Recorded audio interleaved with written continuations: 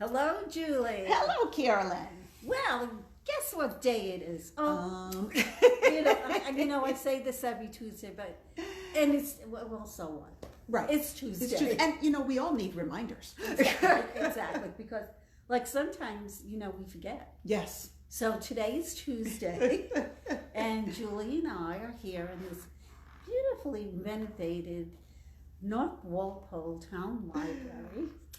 And we are here to present to you, my faithful followers, some new books that I'm going to review for you, and an oldie but goodie, which you may have thought you read, but maybe didn't. Maybe did. And yes. but it's always, and if you have read it, there's nothing wrong with reading it again. Exactly. Yes. This is good the first time, twice as good the second time. So anyway, so let's get started. Yes. Oh, we have so many new books at the library. I know. Oh my gosh. I'm so excited about these. And here's one of my favorite authors, Archer Mayer. Local boy done good. Local boy done very, very good. So Archer Mayer used to be a patrol guy in Bellows Falls, and he's on the ambulance. And I think he still is. I think he is too. Yeah. So, but anyway, he has this really great character, Joe Gunther, and Joe, who's the head of, the Brattleboro Police, and now he's Vermont something or other, VBI, so Vermont Bureau of Investigation. Yeah. Thank you, Joe. You're welcome. Anytime. So anyway, but this is his latest. Joe Gunther and all the other cohorts with Joe is, Sammy and Willie and Les and all our friends. All our friends. Yeah. And this is a really good, crime procedural, and Joe's really on it. And because we live around here, we recognize a lot of these places. A lot of these places, yes. We know exactly where they're going. Yep. And where they've been. And and this is a good one. This is his latest. Mm-hmm. He always comes out with a new one this time of year. Yes, he does. Just in time. If you have somebody on your list, your Christmas list, who likes Joe Gunther, here's a new one. There it is. Yes. And many people, including my husband, collect them all. Yes. Yes. Yeah. And so this is a good one. This is very good. Oh, good. Yeah. Excellent. Right. So, Archer Mayer. Yeah, yes. Oh, okay. So this one, last Saturday, I read the first page of this one, and I said to Julie, I'm going to review that on Tuesday because it is worth it. Yes. And this is Calling for a Blanket Dance by Oscar Hokia. And the first page was very, very interesting. It was. I haven't gotten into all of it just yet, but it's Oscar is a storyteller for the ages.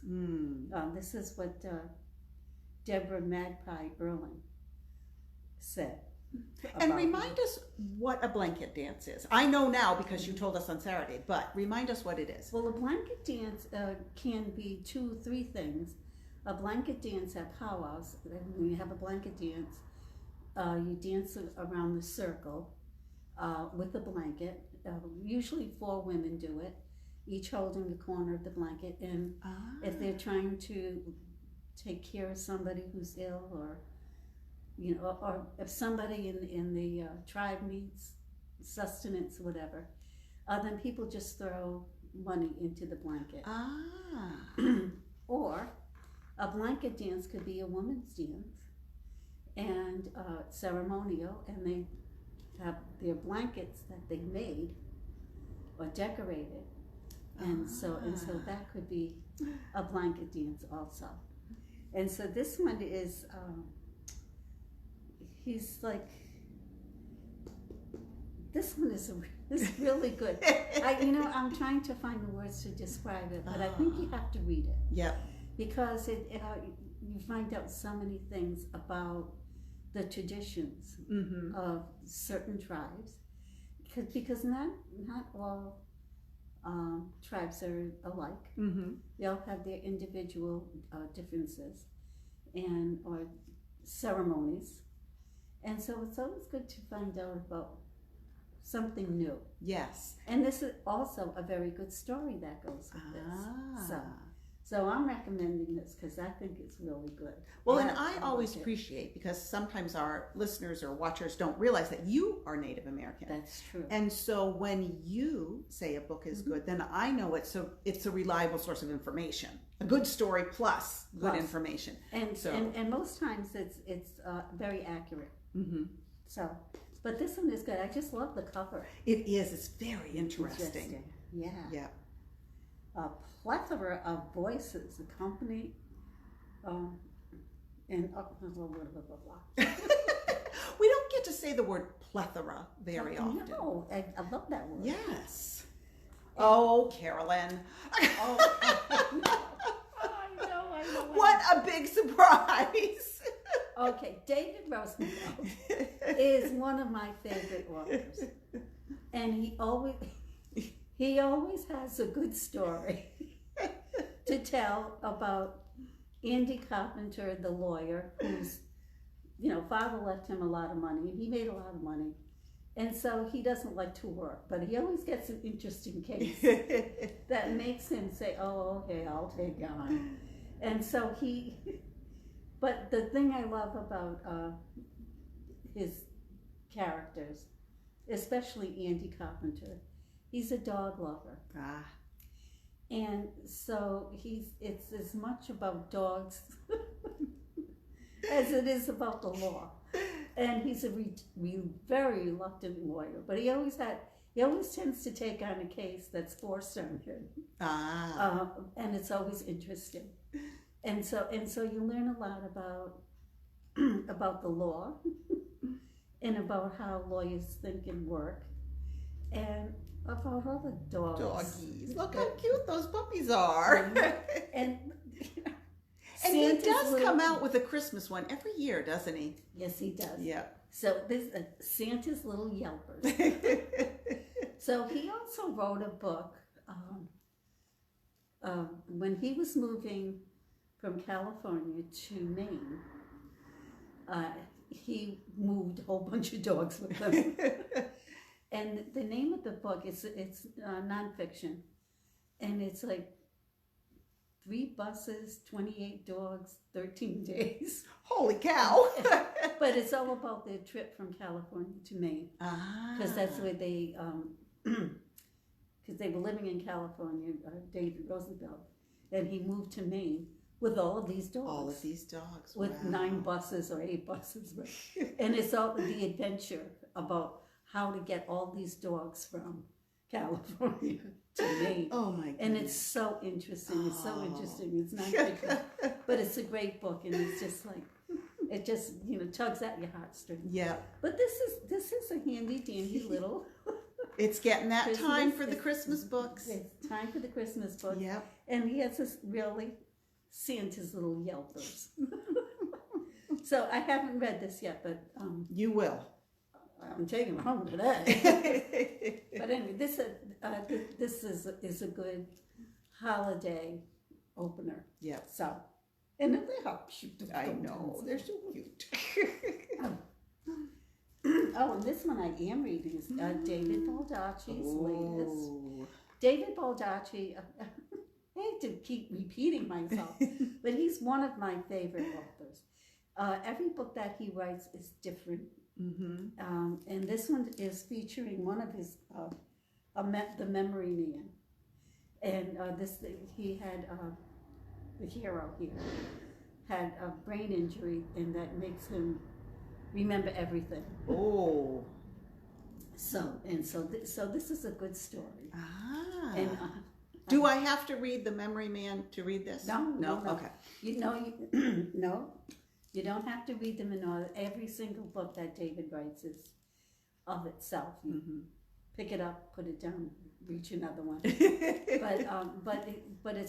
But they're always interesting, informative, and so well written.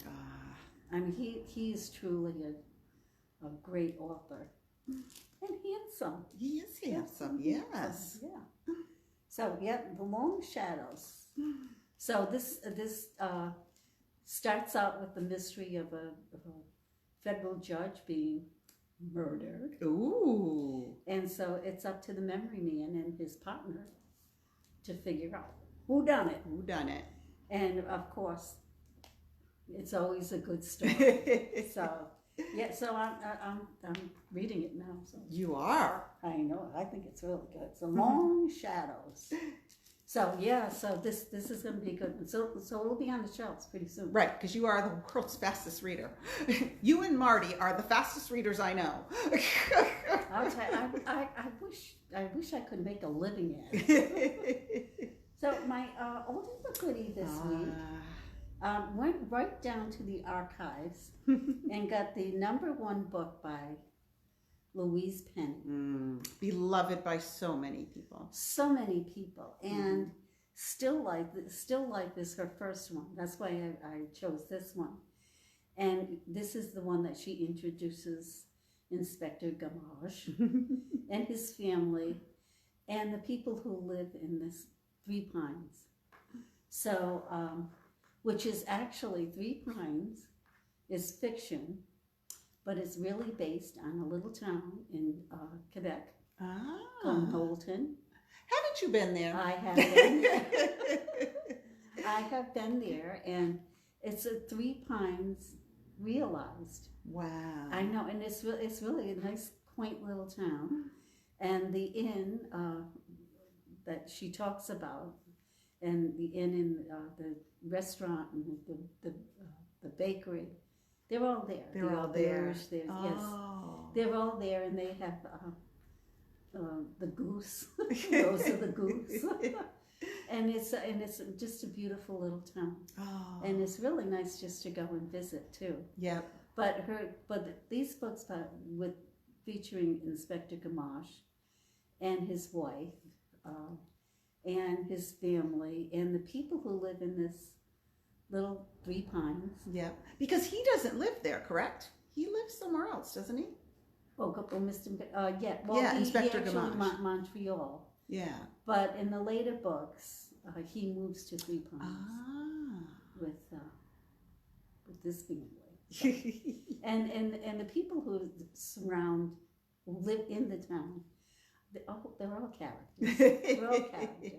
You know, there's the poet Ruth, who has a fascinating vocabulary. I was wondering what was going to come out. And she has a goose, Rosa the goose, who accompanies her wherever she goes. And there's the poet, there's the two guys who run the restaurant and the inn, and it's just you get to know these characters, so you can't wait for the next one. Yeah. And fortunately for us, Louise comes out with at least once a year a continuation of all of these characters. And thus far she has, I'm trying to look over there, she's got more than, almost 20 or more than 20? Yeah, I think about that. So if you started now, you'd never have to wait. Right. Yeah. So here, this one's Still Life is #1. Mm-hmm. And these, I hear from everyone, you really do need to read in order. Oh, yes, because the characters, you get to know the characters. Mm-hmm. They don't change a lot, but they grow. Mm-hmm. So it's not the same thing over and over. So, yeah. And this is a really nice little village of Three Pines. And the real life Three Pines is Knowlton, Canada, Quebec. Just up the road. Just up the road. Yes, you're right. It's just up the road. There's the bookstore. There's the auberge, the hotel, and the patisserie, and it's just wow. It's really worth the trip up there. So. Anyway, Still Life is the first one. Excellent. And what a good time of year to start a new mystery series. Absolutely. Yes. It really is. Yep. It really. So this is my pick Oldie of but goodie. Oldie but goodie. So, Julie, another Tuesday. Yes. Now, next Tuesday, gobble gobble. Gobble gobble is Thanksgiving. We are taking a break next week, right? Yes, we Yes, are. so- Yes, we are, because we have to recover from. I'm going to eat a lot of pumpkin pie. Absolutely. Yeah. Are you making? You will usually make your own pie. Yes. Yeah. So I'm going to Rhode Island to my sister's, and she's fabulous cook. Ah, how nice. You doesn't just go, eat. And I know she sends you home with lots of leftovers. Absolutely. I Yes. have my containers. Wow. She makes this massive Thanksgiving feast, and so there's always lots of leftovers. And isn't that the beauty of the holiday Yes, feast? exactly. Is the leftovers. The leftovers. Yes, So- I agree. Yes. So, but anyway, after next week, we'll be back. back. Yes. Well, that's it for this week. Great. So, And we'll see you Saturday. absolutely, Yes. because I have to pick out another. We've got so many new books. I know. It's going to be oh a my hard gosh, choice. it's going to be hard. Yeah. So, but we will prevail. Okay, so that's it for this week. Thank you for tuning in. Thank you, Carolyn. Thank you, Julie.